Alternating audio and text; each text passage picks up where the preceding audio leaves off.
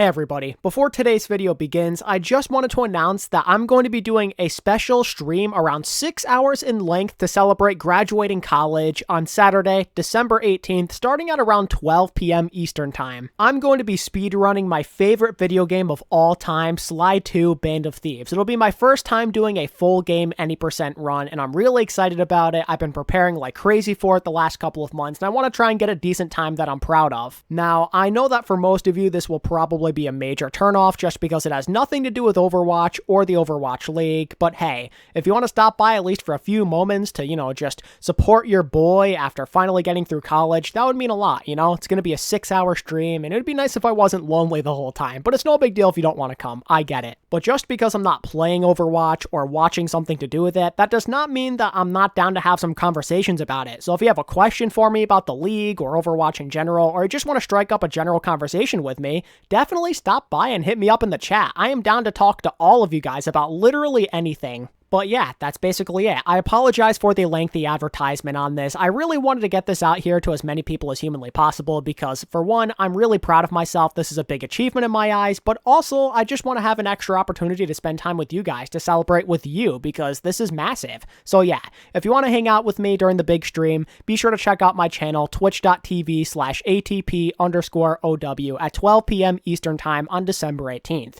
Thank you all for your attention, and now on to your regularly scheduled video. It's been close to a year since the whole Valiant drama happened. Despite all this time going by, many of us still feel really strong emotions towards this subject. And for good reason. The Valiant fell off big time by the time Season 4 hit. The Immortals really went ahead and made a few people jobless when they could have released everybody right from the start of the offseason. It was such a despicable action, and the way they handled it only made it worse. It's been a bumpy ride for Valiant fans, both former and current. I myself witnessed it firsthand from start to finish. As a former Valiant and Immortal supporter, it's been tough to process this all. Since it's almost been 1 year since the fiasco and the Overwatch 1 era is over, now seems like a great time to seriously reflect upon the journey. We're going through it all, from the start of the inaugural season all the way up until the present. Sit back and relax for an ATP podcast storytime type of thing. Here's the rise and fall of the Los Angeles Valiant from a Valiant fan's perspective. I suppose a great way to start this off is with the formation of the team. So back in 2018, late 2017, it was announced that there was going to be 12 Overwatch League teams in the first year, one of which was the Los Angeles Valiant, and it just so happened that this team was going to be owned by the Immortals. 2017 is when I personally got into professional Overwatch, and Immortals happened to be the first ever team that I watched in a game, and I decided right there and then that I was going to support them moving forward. So naturally, when I saw that their entire roster, plus some other interesting players, were going to be on the LA Valiant, that made my choice easy as to what team I was going to support in the Overwatch League. I had some great times watching the Immortals in 2017. Little did I know at the time when I picked them during that first game that they'd be so successful, as they went on to win a bunch of different tournaments, and they even won Overwatch Contender Season 0. My absolute favorite roster of all time is still the original one, the OG Immortals roster with Nomi, Hyped, Agilities, Grim Reality, Verbo, and Athen. Such a classic team. But the more important team that looked a bit more familiar to the one you saw at the beginning of Season 1 included Agilities, of course, Grim Reality on the bench,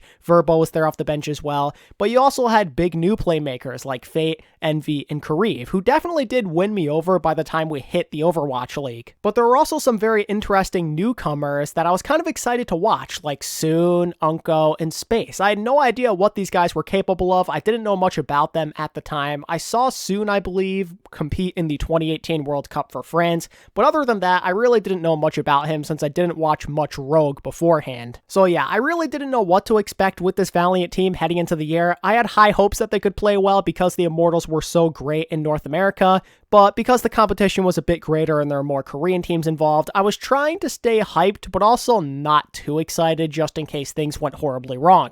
And as it turns out, this was the right mindset to have because I could be happy knowing that we ended up going 7-3 in Stage 1. It was an exciting beginning. We played fairly well. We ended up losing a couple of bad games to some of the better teams in the league like the alexyOWL and the London Spitfire, but still, we looked alright and we barely missed the Stage 1 playoffs only because of map differential, really. The tanks in particular looked really strong. Fate and Envy, their confidence was growing ridiculously fast, and they just seemed really consistent. Also, I thought the DPS rotation had promise. Agilities, I always knew what he was capable of. I've always loved him since his Immortals days. Then soon, he showed me that he's really good and that he is not to be messed with. And even Silk Thread had his moments to shine.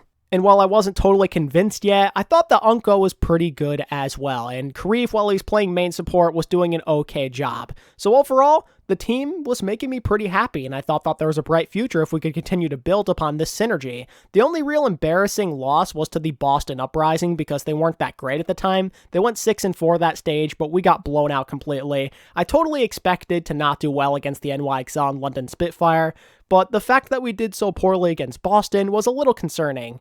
But on the other hand, we had some pretty epic moments. We had that epic reverse sweep in the first ever Battle of LA, and we rolled the Seoul Dynasty, who were considered to still be title contenders at this time. All in all, it was a good start, and it made me think that there was nowhere to go but up if we could just improve upon a couple of things. But little did I know at the time that Stage 2 was just around the corner to mark the first of many roller coaster rides as a Valiant fan. Immediately, we start with Coach Moon taking over as the new head coach, and he goes off right away and really grabs my attention by making Kariv go back to DPS. If you don't know why this happened, the answer is really simple. For one, we were heading towards a meta that was more Lucio-oriented, which meant that it was a better specialty for Verbo, but also, Kariv used to play with Coach Moon back in Korea, during the Apex days, if you will, and he played DPS, so Coach Moon naturally wanted him back on that position since that's what he is comfortable coaching him on, I assume, and he has confidence in him on that position, and it just did not work out for the team. From a general standpoint, Kariv really didn't do that bad. I mean, he had a lot of skill. We all knew that. Mechanically, he is really good. He had his moments on like Widowmaker, Soldier, and McCree,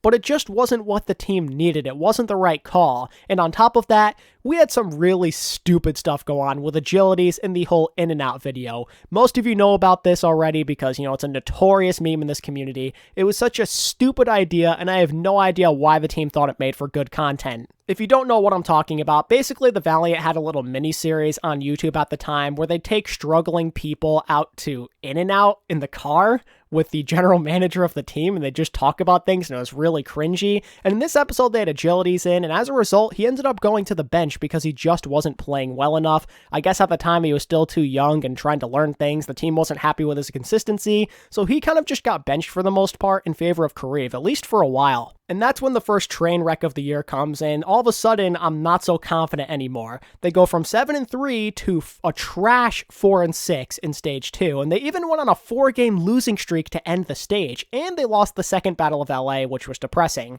They lost a few close games for sure, but they also got blown out in some others. They started the stage 3-1, but they just lost to these rival teams really badly, and now big worries were starting to form as lots of team drama was emerging. Like I said, agilities and all of that nonsense happening really hurt his confidence. That wasn't good for the team. Not a good look. And Kariv not being on support wasn't making him the happiest either. He wanted to be on flex support. He made that clear later on in the year, but there was so much more than that. Rumors start to swirl that Envy, our off-tank at the time, was notoriously toxic and that he was just not providing a great team environment. He was not fun to play with. He had attitude issues. He was mean. And Silk Thread in particular really suffered, apparently. And while I'm not as sure about Unko, apparently he had some attitude issues as well. He wasn't the happiest camper during Stage 2 either. I know that he really did not like playing with Verbo. He was not happy with his performances, especially when Verbo had to play Mercy. He just was not getting the job done. And, to be fair, he kind of had a point there. Verbo really wasn't playing that great, which was a shame because I loved his Lucio back in the day, but hey, that's life for you. The Overwatch League is a different beast. So yeah, as a result of all of this drama completely halting a really good start to the year, management and the coaches decided that drastic changes needed to happen. They started by getting rid of Envy for probably just being toxic, and at the time, this really did suck because despite all of the rumors going on and, me not really knowing that much about them, Envy was a great player during this time time period, a lot of people argue that he was like a top 5 off-tank in the league. He had a lot of good consistency going for him, and he had some insanely dominant performances. He had great synergy with Fate and Kariv,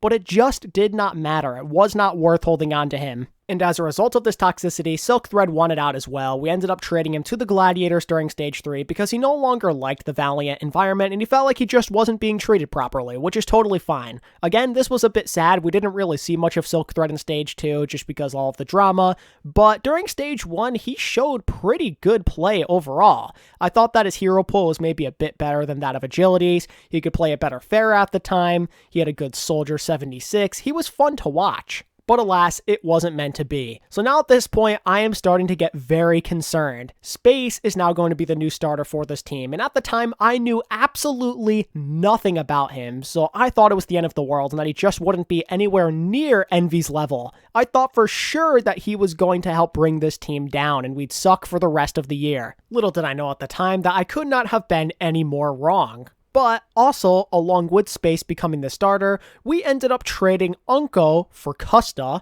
and I also wasn't really the biggest fan of this either. I thought that getting rid of Unko along with Envy was for the best. I wasn't a huge fan of either of them. Unko really didn't have the best attitude either, despite wanting to play with Soon and everything. But the fact that Custa played for Dallas was a real turnoff for me because, oh my god, Dallas were a train wreck at the time. But the good news was Kariv was going back on flex support, which is something I was more comfortable with. I always thought that Kariv had a great Zenyatta. I was happy with how he played for the team back in Contender Season 0 on Immortals, so that was something I was looking forward to. No more mercy for him. But then, of course, came some other interesting news that was very unexpected. The team ended up trading for Bunny from the Seoul Dynasty. I was completely caught off guard because I thought there was no way that a player from a fully Korean team would want to join us or that our team would want to trade for him for that matter, but here he was, and I was kind of excited because I thought Bunny was a really good player on Seoul. His Tracer really stood out to me. It had a very aggressive style to it and a hyper hard carry oriented play. So as we got started with the second half of the year, I was trying to keep my expectations moderate. I didn't have that much hope. There were some aspects that I was concerned about, but also some things I was excited for, and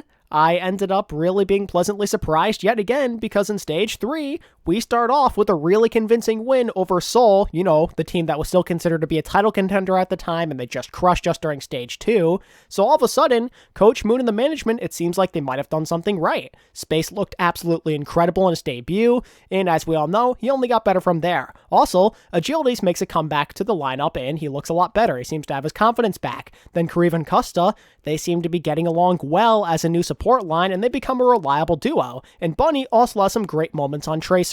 Custa and Buddy immediately get along with their teammates, and all of a sudden, everything is sunshine and rainbows again. There were some memorable moments. I think arguably the best Battle of LA ever took place during this stage. It was incredible. You had the moment with Fissure taking out Agilities with his Primal Rage as Pharah and everything. That was wild. But what I remember even more is the crazy Numbani map where it looked like the Valiant were going to lose, but Bunny just went off and killed like everybody. Man, that was a good time, and I miss it so much. It was very interesting to see Bunny come into the team just because, you know, Soon was also a great Tracer, but I think it worked out just because, for one, Soon needed to focus a bit more on Widowmaker anyway, since that character was becoming very, very relevant in the meta at this point, but also Bunny's Tracer style was just vastly different. Soon's all about being sneaky and, you know, being calculated, if you will, but Bunny was hyper-aggressive and just all over the place, which is something we needed to shake up our DPS line because that was something that got criticism at the time. All of these changes really ended up being for the best because all of a sudden, the Valiant are back in the right place. They go 7-3 yet again, and they make their first ever stage playoff.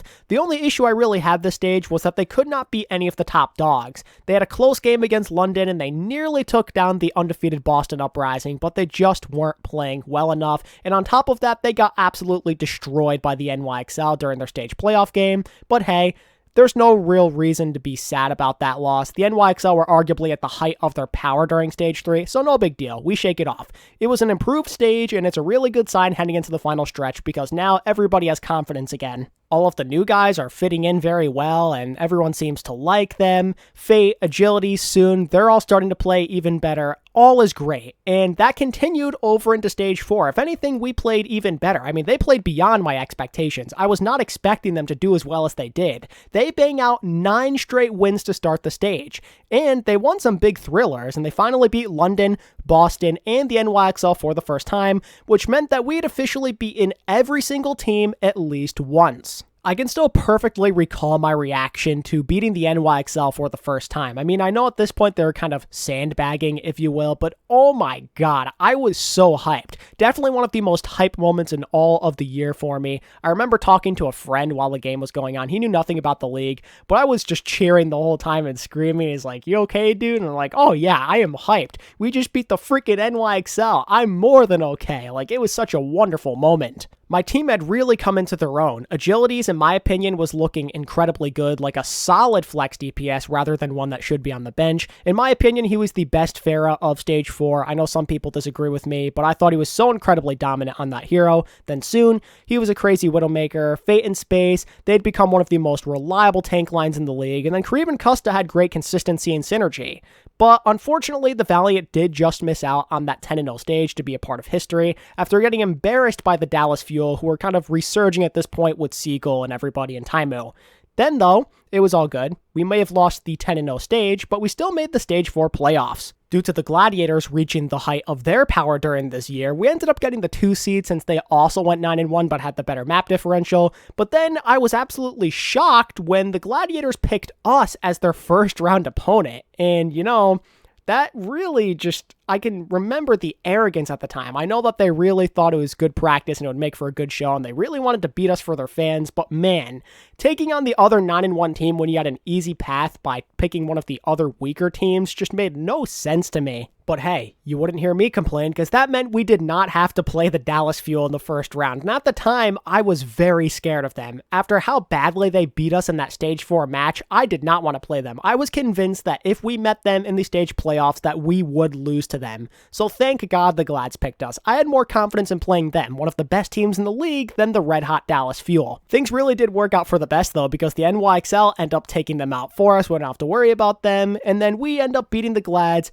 Easy clap. I love beating those guys. It was always such a great feeling. Then we go on to play the NYXL. I was a bit nervous, but I was confident that we were better than them, and we ended up winning the Stage 4 title, which was quite easily one of the greatest moments as a Valiant fan for me, and one of the games that I was the most into by far. Despite all of the ups and downs, we had really grown as a team, and we had so much confidence. All of our players were stars. Everything seemed so great. Our coach was confident. Our players were confident.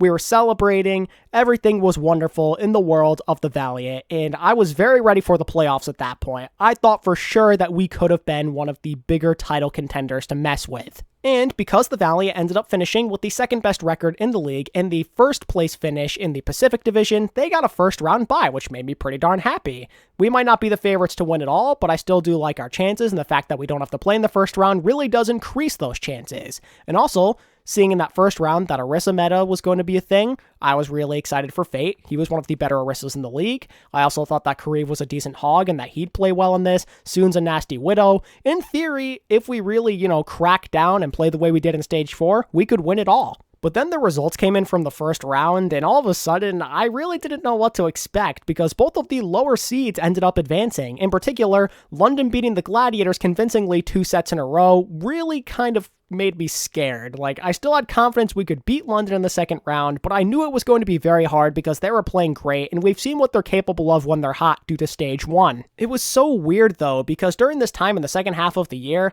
London seemed like they were done. They quite literally had their bags packed, and they were ready to leave. They had zero confidence, and the Valiant, they were supposedly spawn camping them during scrims before the start of the playoffs, but all of a sudden, they have the meta figured out after just like a couple of days of sulking, and after losing the first game of the series to them in pretty dominant fashion, I realized that it was a long shot and we were likely done. And that's exactly what happened as they blow us out yet again, and that meant that the season was over in disappointing fashion, but at least we lost to the champions. If you're going to lose to anybody, at least have it be the team that was destined to go all the way. I still remember at the time thinking, if only the Valiant were a lower seed, or if only the Spitfire and the Fusion swapped seeds with each other, I feel like we had a better shot of beating the Fusion than we did the Spitfire. Honestly, we probably would have lost to the Fusion too. They were also hot, but I really do think that if we didn't have to go through London, we could have won the entire thing. Or maybe that's just the copium speaking. But anyway, overall, I was really happy with how the season went. There were some downs, but also a lot of ups for the most part. I was not expecting my team to do as well as they did. I thought they could maybe make the playoffs, I had confidence they could do that, but never did I expect them to have the second best record in the league and to win their division.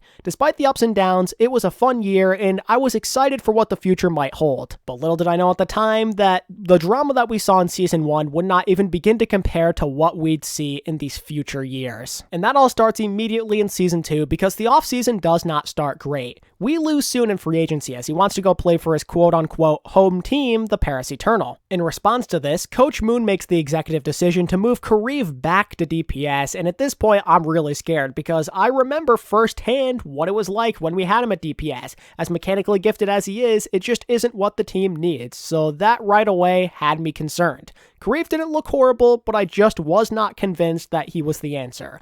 Overall, though, I still thought we could be like a top 10 team because we had a lot of talent. Everybody else was still there, they all remained on the team, and the team was supposedly doing good in scrims to start. But then that changes immediately when Stage 1 comes, also known as the meme stage for this team. We lost a few competitive sets to start. I mean, we had a close game with the alexyOWL and the Spark. We were looking good, we just weren't winning, and there was reason to believe that we could be a solid team. But even so, we end up going 0-7. We lose every single game, even though so many of them were winnable, and as a result, a big meme forms. Custa only plays in some games because Kuki, who we signed during the offseason as I thought to be a main tank replacement or backup for Fate, ends up playing main support for some reason. You know how Hybe was a former tank player for the Valiant in Season 4 and he had no experience playing support? Kuki was basically the Hybe before Hybe. He was playing Lucio despite being a main tank player his whole career. And Coach Moon's explanation as to why Kuki's playing over Custa is that Custa is too smart for the rest of the team. What? What does that even mean? I still don't understand. Like, come on. Wouldn't you want somebody who is intelligent to be in the game to teach everybody else? I don't understand the logic. No offense to Kuki, it's not really his fault, but he ain't it, Chief. He is not good during this time, and it's really frustrating to watch him. And I thought we were done with the drama from last year, so this was a very, very infuriating experience. And the season, to me, already felt like a lost cause, since there was a big hole to get out of, and we were playing really stupid. There was drama. I thought it was over. It was GG. We lost 5 games by a single map. You know how frustrating that is to never clutch up when so many of those games were right there for the taking? What was an 0-7 stage definitely could have been like 5-2. Kareev Zarya was not good. Getting grabs fast and having high charge wasn't a problem, but oh man, his grab usage was so terrible, and Diva players were reading him like a book essentially. On top of that, to try and clear up these Zarya struggles, we'd experiment with KSF in certain maps, but I wasn't happy about that either because for one, he looked really shaky, it kind of seemed like he was nervous when playing on stage, and also underdeveloped, but I just did not like KSF during this time. Coach Moon signed him during late 2018, and whenever we'd randomly sub him in, we'd lose, so I kind of grew this hatred towards him. I mean, I didn't, hate him as a person, but I just hated seeing him in the game because we'd lose whenever he played, and that kind of carried over into Season 2 for a while. Then there's Izayaki, who I haven't really touched upon at this point because his time with the team is kind of unmemorable to me. I mean, he came in as the flex support replacement for Kareev. We signed him in 2018, but he didn't get to play because of visa issues and everything and not being able to make it. And I thought that he showed promise during Stage 1. He put up good damage and healing is Zen, but the problem was he clearly did not have the experience needed to communicate on an English-speaking roster, so he definitely did make some mistakes that hurt the team. We kind of just lost all of our confidence with Goats despite playing well during the offseason scrims, so at that point I was like, what should I really expect? Is there even any hope of making a comeback? And after that disaster, we start off Stage 2 by parting ways with Coach Moon after losing our first game of the stage to the Shock, which meant that Packing10 would be taking over as the new head coach. And I did not know what to expect with him. I was aware of his military background, and I was hoping that would make this team better disciplined. We end up winning our first game a bit later on in thrilling fashion against the Reign just one day after Coach Moon leaves. And it was a really happy and emotional moment and a big-time feeling of relief. The thing that caught my eye though was that KSF started to show some signs of improvement, some life if you will. He wasn't so nervous. Also, eventually, Kareev starts to play flex support again, and thank God, I am so happy that Packing10 realized that Kareev was the answer. along with getting rid of Kuki and putting Custa back at main support. Thank the Lord that Packington had some sort of brain, and he realized that Custa was the answer that we needed at main support, just because for one, he actually has experience on this role, but two, he was the team leader for the Valiant during 2018 along with Fate, so why wouldn't you have Custa in the game? It makes sense. He's our in-game leader. He's the guy that we all look up to. I was happy. People were starting to improve, we looked more confident, we were running a lineup that actually gave us a chance to win, and we end up winning 2 more games after that rain match, and we end up losing some winnable games too, to like the Glads and the Dynasty. That could have helped us a lot, but at this point, we won 3 games, it was improvement, but we had a 3-11 record at the halfway mark of the year, which meant that our playoff hopes were looking quite bleak. Players were trying their best, but it just wasn't enough. We were trying to figure things out so late into the year, which does you no good if you're trying to make the playoffs. But then, some big changes go down before the start of Stage 3 during the All-Star break. The Valiant knew that big moves needed to happen now or never, or their season was done. So, they decided to trade Fate to the Mayhem for Academy players McGravy, Shax, and Fact Fiction. At the time, I was a little sad over this move because I was always a big Fate fan, but I also recognized that he wasn't what he used to be and that he just wasn't playing that good, so I was okay with it, I think. I mean, I was still sad, but I thought maybe this was for the best in terms of his career.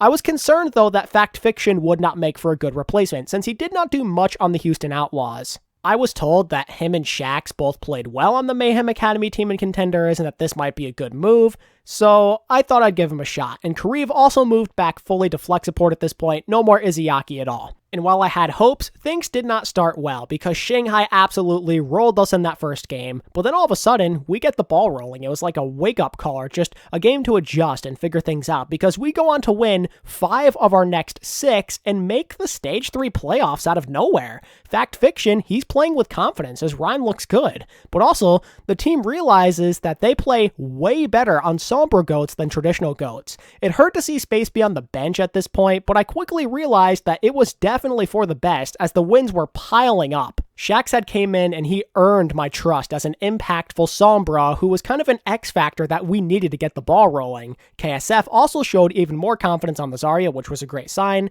and he looked great on DPS comps too. Kareev also starts to play out of his mind on Ana and some of the most memorable play ever in Overwatch League history to me. He played some of the best stretch of clutch Overwatch on flex support I have seen in my entire life. Kareev goes on to hit 70 sleep darts in 2 games during the peak of our winning streak against the Dragons and the Titans, aka the Stage 3 champions, and a team that was undefeated at this time still in terms of the regular season.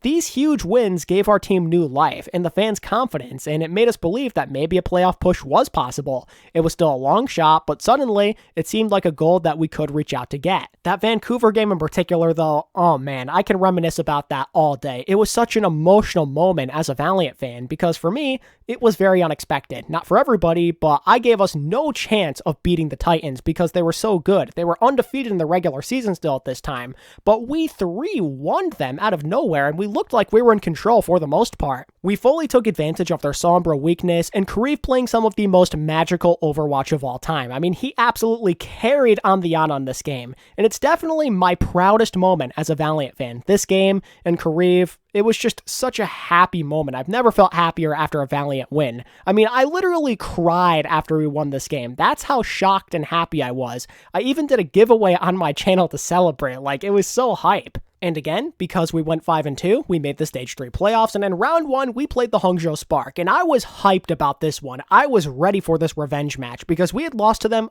3-2 on 2 different occasions, but I felt good that we could beat them this time, because we were playing the best Overwatch we had played all year. We could do it. We could take them down. It's funny, because the Spark were also playing really great, and I actually predicted the Spark to win this game, but I knew it was a 50-50, so I was glad that we got the job done. Shax, KSF, they played really well in this game, and I was super happy. Another great win that made me so proud to be a Valiant fan. But then, of course, things immediately came crashing down to reality when the shock came in and rolled us into next week. But you know what? That's okay. I was happy with the insane progress we had made. Now at 8-13, playoffs were very much a possibility. If we played anywhere near this level in Stage 4, we had a chance. It would not be easy, but there was a possibility of finally overpassing the Chengdu Hunters for that 12 spot. Even though Season 1 provides me with the best memories, I think the Stage 3 2019 version of the Valiant might be my favorite. There were so many wonderful memories, and Kareev and KSF and Agilities all playing great, and the team just looking so happy. I'll never forget those boys. They definitely hold a very special place in my heart. But now we're on to Stage 4, and 2-2-2 comes into effect because GOATS is OP and the devs have no idea how to nerf it. And I won't lie to you, this sudden rule change made me a bit concerned. I thought it might kill all of our momentum, and things did start off shaky because we almost got reverse swept by Paris, and then we lose an insanely close game to Seoul that we definitely should have won in my opinion. Am I salty? Yes. Is this copium? Probably. Anyway, we really needed this one. That's why I'm so upset about it. It still feels like this is the game that killed our playoff hopes now that I look back on it. I mean, there were a lot of map 5s that we lost that year, but this is the one that always kills me and that I always feel the most disappointed thinking about. That should have been the game that put us into the playoffs, but we blew it. We had them on that final part of Ilios, but we blew it. But at the time, we still had a chance to make the playoffs. It wasn't over because of this one game, so we shake it off, GG, go next, and we start to play better. We win a close game against Florida and end up winning 3 straight, putting us at 4-1 on the stage. And now the playoff hopes, though, they come down to one final week. The last week of the season, in fact, during the LA Valiant homestand. I'll be honest, I was nervous but also excited. Deep down, I thought that this schedule was really tough. We had to play the Gladiators and the Shock on back-to-back nights, but it was possible. We had the home crowd to give us energy, and we had been playing well up until that point. The Glads weren't playing amazing, so I thought we could beat the Gladiators. I didn't think we'd beat the Shock, but I thought the Glads we had a great chance against. The Battles of LA are usually pretty tight, so we could beat them. It was possible. I actually predicted us to make the playoffs and win this game. In my eyes, it was Glads or bust. We weren't going to beat the Shock, they had our numbers, so we had to go all out in this game, and we tried our best, but it just wasn't enough, as we lost a tough game to the Glads, and our season ended right there in disappointing fashion as the Shock blew us out the next day. We were so close to making an epic turnaround happen, but we dug too big of a hole in Stage 1, that was the issue. We lost too many close games, like that Seoul match I talked about. We lost 8 matches in that final map, and that is heartbreaking to be so unclutch, because even just one of those games would have been enough. I, for one, believe that the 2019 Valiant could have been a dark horse to make it through the play-ins. They definitely would not have gone far in the playoffs, but I genuinely think that they could have made it through the play-in tournament just because we were playing with confidence, and I think that Space would have done great on Sigma and whatnot, but it was still a good year nonetheless. We started off really bad, but had a lot of great moments in the second half of the year to make up for it. I felt unsatisfied, but also proud at the same time, because we didn't just lay down after a terrible 0-8 start. We fought and clawed our way back. We made decisions that helped us in the long run, you know? We did everything we could, but we just fell short. Then Season 3 came into light, and I did not have super high expectations for my squad at the time. I thought that maybe they could carry the momentum of last year and maybe compete for a playoff spot this time. We had our new head coach that we really liked. Everything seemed okay. KSF, Shax, and Agilities were a high potential DPS line. Space was a consistent off-tank, and Kareev was playing the best Overwatch of his career. But then I quickly found out that things would be changing big time, and immediately I activated Doomer mode. All of my longtime favorites were instantly gone, and I did not know how to cope. I was super depressed. Once again, the roller coaster ride was going downhill. The Valiant had no money for contracts, so they traded Space to the Gladiators, probably for a fortune, and then they made Agilities and Kareev move to the Toronto Defiant. Then they let go of Fact Fiction as well on top of that, and our leader Custa retired, so my team and all of the leadership was gone. I no longer recognized them. All of my favorite players had vanished. That Stage 1 2018 roster felt like an eternity ago, and I missed them so much at this point. The Valiant had no money to spend. Like, what on earth happened? What are they gonna do? Like, I trust in Packington's judgment, but I recognize that there's only so much he can do with a lack of resources. And as a result, a lot of the players we were signing were not big names, and they did not impress me. Dreamer, he was coming from Australian contenders. I thought he'd suck, and I didn't have much confidence in McGravy either, since he was kind of just a backup for us. And I did not like what I saw from Rain on the Florida Mayhem, so I was convinced that he was a bust. Along with the players we signed, I just had real concerns that I would never grow attached to this new team. I only really liked KSP, now known as Kai, and the other DPS, plus Lastro.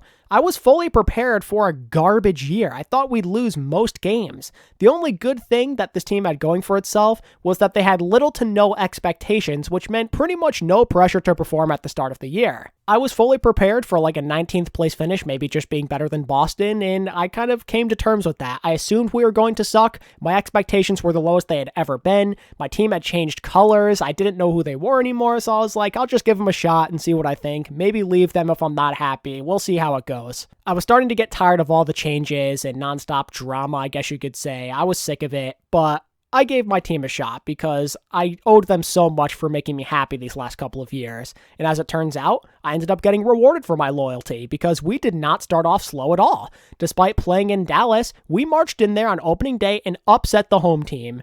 The team had some decent chemistry going, and KSP seemed like a real star in the making. I also was pleasantly surprised by the likes of Rain and McGravy, and Gig was really fun to watch. They were genuinely reliable, and I had fun watching them play. Then, after a few blowout losses that I kind of expected to happen, we got arguably the most surprising win of our season when we somehow beat the struggling Shock. I mean, I gave us zero chance in this one. No way did I even think we'd take a map or make it competitive. But once again, KSP played absolutely amazing on that McCree, well, I guess Cassidy now, but McCree at the time. But due to the Shock not being 100%, at least in my eyes, I wasn't putting much stock into this win, and I'm glad I didn't because we sucked for a while after. We would go on to lose 4 straight after this, and we're suddenly right where I thought we'd be. A below-average budget roster that was not going to win a ton of games. We lost our 3rd straight Battle of LA, we lost twice to the Shock, and that dumb game to Dallas. I definitely felt invested, though, just because a few of those losses were close, and I had grown really attached to the likes of KSP, Lastro, Dreamer, and Rain. I was keeping my expectations low to not feel disappointed because I knew this was a budget roster after all, but I had grown, attached again to this team, and I had favorite players. I was enjoying them, so that was good for me. That was enough. I didn't care how we'd do for the rest of the year, just the fact that I liked my team again was more than enough. But then all of a sudden, the losses stopped coming. We had an epic reverse sweep against the Atlanta Reign to kick off a win streak, and Shaq's right there and then proved why he was one of the league's best tracers. This win really got our confidence going as we made the May Melee tournament and even got a big win against a strong Paris team to finish top 4 in that tournament. Right there and then, we seemed to have stars in the making. We got a nice bonus win, we were starting to play better, and the roller coaster was going uphill again. My excitement was yet again high. I was invested, but I also decided to try and keep my expectations in moderation to avoid feeling disappointed from this team again. Then came a fateful day in June when we got one of our biggest wins of the year against the Mayhem, and this was a super intense match, but Shax and Kai, or I guess KSP, played out of their minds. It was a huge win and confidence booster since the Mayhem were great during this time. I mean, one of the best teams in the league. As the week started to roll by, I started to think of my team more highly. I enjoyed them very much. I didn't really have the same type of appreciation for them as I did with the other teams before them, but I liked the fun underdog story they had. I knew we weren't going to win a championship or win a ton of games for that matter, but I enjoyed watching us cause carnage across the league. But once again, right when things seemed good, we start going downhill and the nonstop cycle goes on and on. We end up making the Summer Showdown, which is great and all, and we get to pick our first round opponent, but we get rolled by the Toronto Defiant because team issues start to ensue as Lastro does not play for some reason, Apply goes in at support, and then Gig is at main tank again. This one hurt, I'll be honest. It came at the hands of Agilities and Kareev, which, I was happy for them, but still, it sucked to not be able to show them up. And then Packington, he had talked trash when picking them, so it was embarrassing to lose. And these problems end up carrying early on into June when the Atlanta Reign blow us out. Then, as a result, we go on our 2nd losing streak of the year and things are sad again. But of course, we start to turn it around and we go up the hill once more. I still remember that crazy game against the Outlaws. We had this crazy map 5er with them that we probably should have lost, but we pulled off a miracle on Lijiang and KSF really did work on the Genji. For me, this game was the definition of how the season was going, filled with magic and crazy games. And from there on out, the Valiant mostly played the same they had all year. They'd win a few here and there, then lose to a superior opponent. They were doing all right, and they managed to get top 8 in the Countdown Cup, so that was a nice way to end the year. I was a little pissed off when we lost yet another Battle of LA to end the year. That one really made me mad. We were so close and yet so far yet again, but hey, what can you do? We still had a better record than them, so I could hold that over Glad's fans at least. It's just a little annoying though, because we were basically playing better than them all year. We beat more significant opponents, but whenever we had the head-to-head, we just couldn't get it done against them. We'd always lose in map 5. But hey, at least we also got another big win against the Mayhem. That was fun. I mean, I wasn't expecting them to beat them twice in a row, but here we were.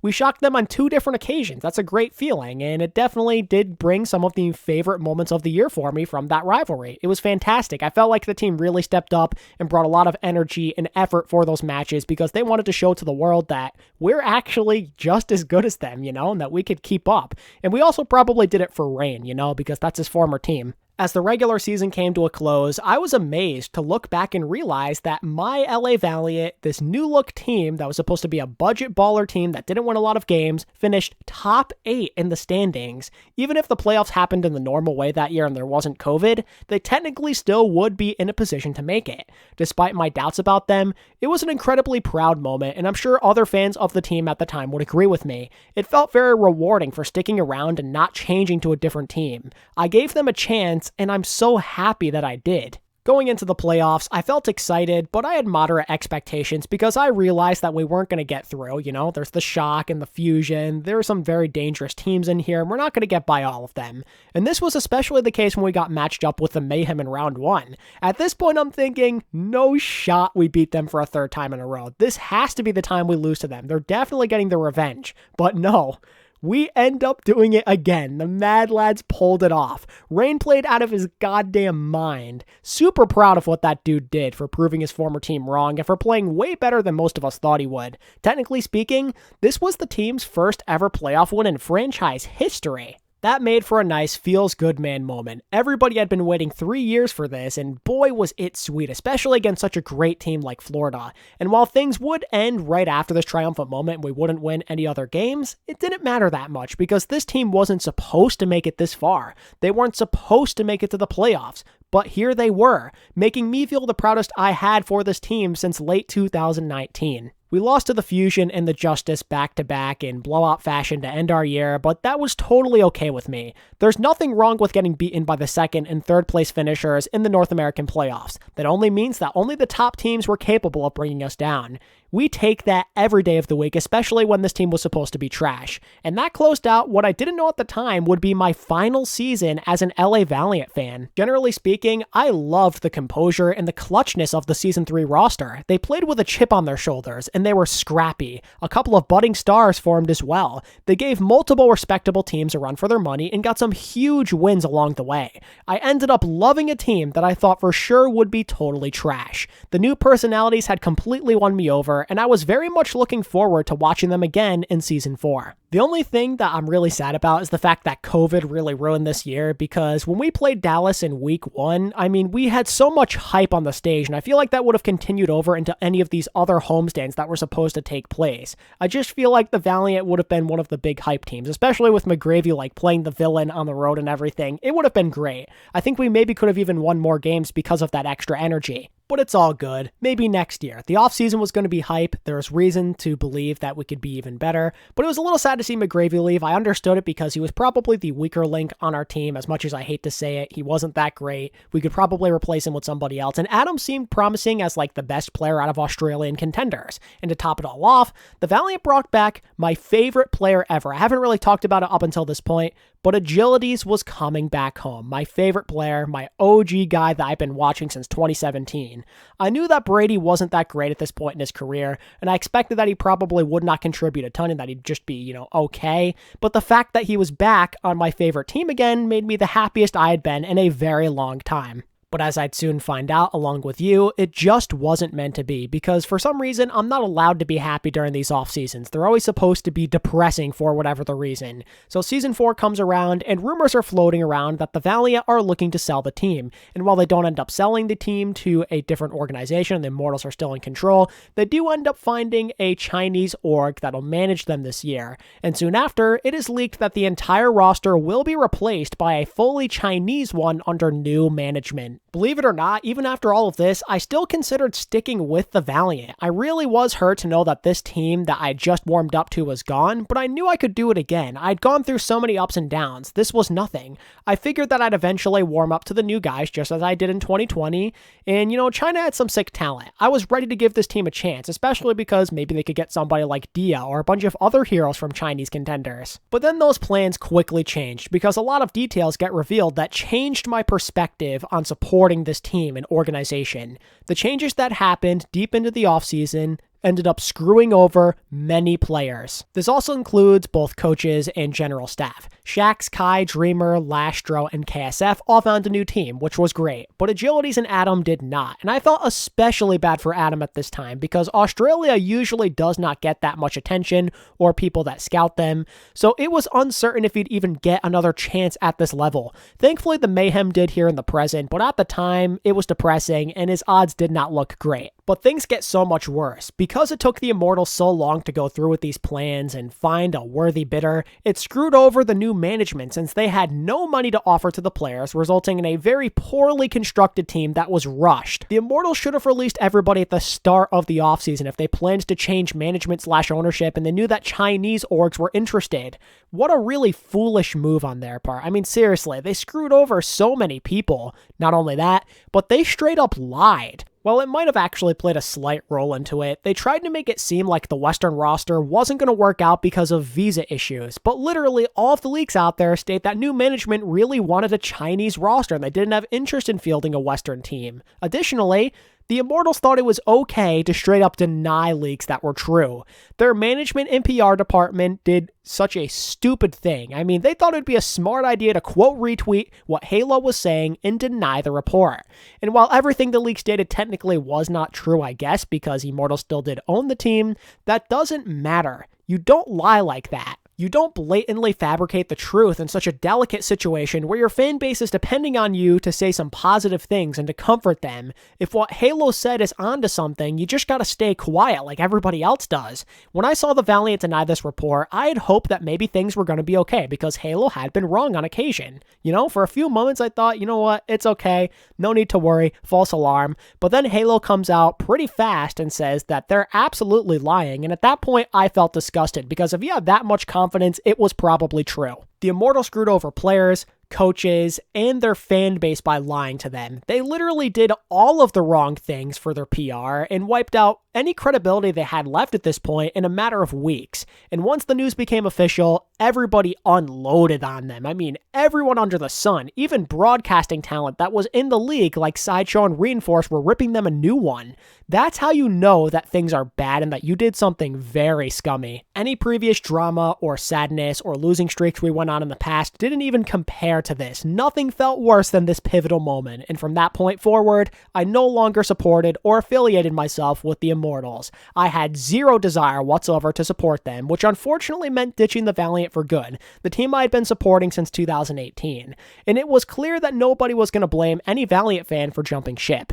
This whole fiasco caused an outrage, and it was embarrassing. Why would you want to be a part of this org and support them in any way? Said outrage did not stop either. I mean, the offseason was only the beginning. For the entire upcoming year in 2021, anytime the Valiant posted results on social media or made any sort of post in general, people would clown on them in the comments, saying things like ratio, no one cares, shut up, etc. A huge portion of Western fans saw them as the scum of the earth, and they hoped for their downfall in every way possible. And well, I think it's safe to say that they got their wish. A team that just had to get through the year ended up having arguably the worst performance in league history. They had the second winless season ever, only behind the 2018 Dragons, but also had the worst map win percentage of all time, which arguably makes them even worse than that Dragons team. There really is nothing to highlight about Season 4. It was all a shame. Nothing but garbage. They were never competitive, and they won 2 maps the whole year, they got a tie, and nobody cared about them. It was as if they no longer existed. They were nothing more than a free win and an easy meme. That's all they were good for. And the rest? Well, it's history. And now here we are in the present, heading into Season 5, where the team could be turning a new page, at least with their roster. Their new coaching staff definitely has some promise, and if the rumors of Dia and Innovation joining the team are true, people might have a reason to watch the Valiant again. In light of that, the desire to support this team again is still non-existent for me. I hope that Dia does well if he really is joining the team. I'm super happy about this news, but I have no interest whatsoever in rooting for an Immortals-owned team. They're long past the point of forgiveness. I don't care about them anymore. but maybe, just maybe, they can at least redeem themselves in the eyes of other Western fans out there, due to having a more likable roster and a competitive team. Generally speaking, as we head into the conclusion though, being a Valiant fan for 3 years was insanity. They gave more roller coaster rides for me than any of my other sports teams, and that's saying something because I support the New York Giants and Knicks. Despite how things ended though, I really did enjoy my time as a Valiant fan. I know it ended really badly, but still, I'm super happy with the results before that moment. Seasons 1 through 3 all had incredible highs and lows that kept me on the edge of my seat, and looking back at it, the Valiant have quite easily been one of the most inconsistent and dysfunctional orgs in the league. They are one of the few teams to make big-time changes every single year. They never had consistency, but maybe that's part of the reason I enjoyed supporting them for all those years. Like some of my other sports teams, they always know how to keep me on my toes and make me interested in what's going on. There's never a dull moment. Through all of the stupid decision-making and adversity came some surreal moments that are simply unforgettable. From winning most of the early battles of LA and a Stage 4 title to taking down the runaway version of Vancouver in the 2020 Mayhem, I loved being a Valiant supporter. There definitely were some tough in-betweens, like with Stage 2 2018 and early 2019. It was crazy painful, and the 2020 offseason also left me feeling some type of way. Losing 4 straight battles of LA to end my time as a Valiant fan also really sucked. But through it all, this team persevered. They always found a way to keep the fans coming back, and that's what I loved about them for all that time that I supported them. It's truly unfortunate that the Immortals had to betray everybody's trust. Many longtime fans will likely never come back. All of the combined factors have given the Immortals and the Valiant the reputation as one of the most dysfunctional pairings this league has ever known. And yet, through it all, I as a former Valiant fan can look back and feel proud of their first 3 years. There was so much BS, but also moments of triumph. Despite the horrible ending and the realization that the Immortals are scummy, I do not regret a single second of the time that I spent supporting this team, and I'm sure many former Valiant fans watching this video feel similar. While the positive chapters in the Overwatch 1 era for this franchise have long been gone, there's still hope that a revival can one day happen when the Immortals hopefully finally leave one day. But until then, that marks the end of our story. That is the rise and fall of the LA Valiant from a fan's perspective. Thank you all for watching, and I'll see you in the next one. Peace.